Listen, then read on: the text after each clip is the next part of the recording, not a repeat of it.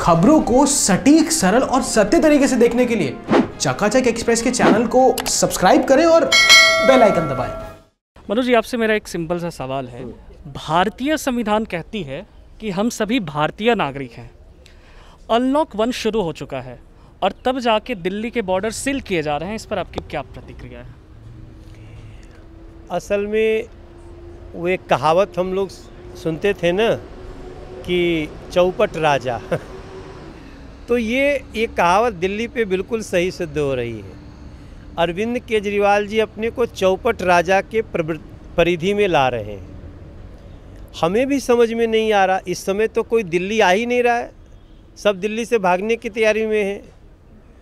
तो फिर border seal किसके लिए हुआ? बॉर्डर सील से नुकसान होगा दिल्ली के उन कर्मचारियों को जो काम यहाँ करते हैं, रहते हैं दिल्ली एनसीआर में।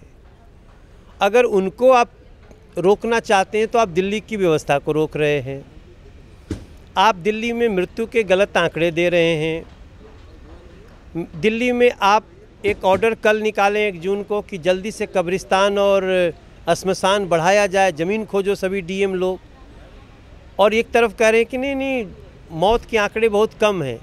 तो मौत के आंकड़े कम हैं तो श्मशान और कब्रिस्तान क्यों बढ़ा रहे हो?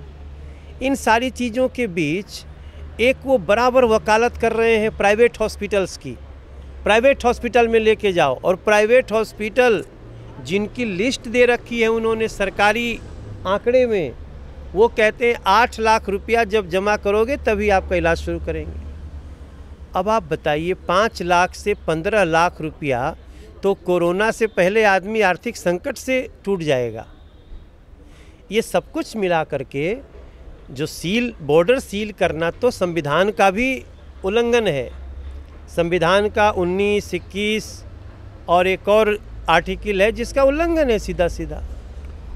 मनोज जी, आपको याद होगा कि दिल्ली विधानसभा के दौरान, चुनावों के दौरान उन्होंने कहा कि 500 लेके बिहारी आते हैं और 15 लाख का इलाज करा के 5 लाख का इलाज करा के चले जाते हैं। तो क्या ये हीन भावना फिर से प्रदर्शित करने वाली भावना उजागर नहीं हो रही है? अब देखिए, हमने तो इस बात को कहा भी था कि अरविंद केजरीवाल जी चुनाव के समय कुछ और होते हैं।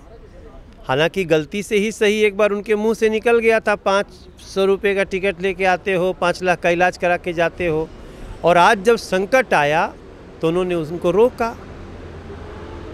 तो अब तो इस पे बोलते बोलते हम सभी काफ़ी दूर आ चुके हैं। हम इसको अमानवीय मानते हैं और अरविंद केजरीवाल जी से अपना अभी भी निर्णय बदलने की गुजारिश करते हैं।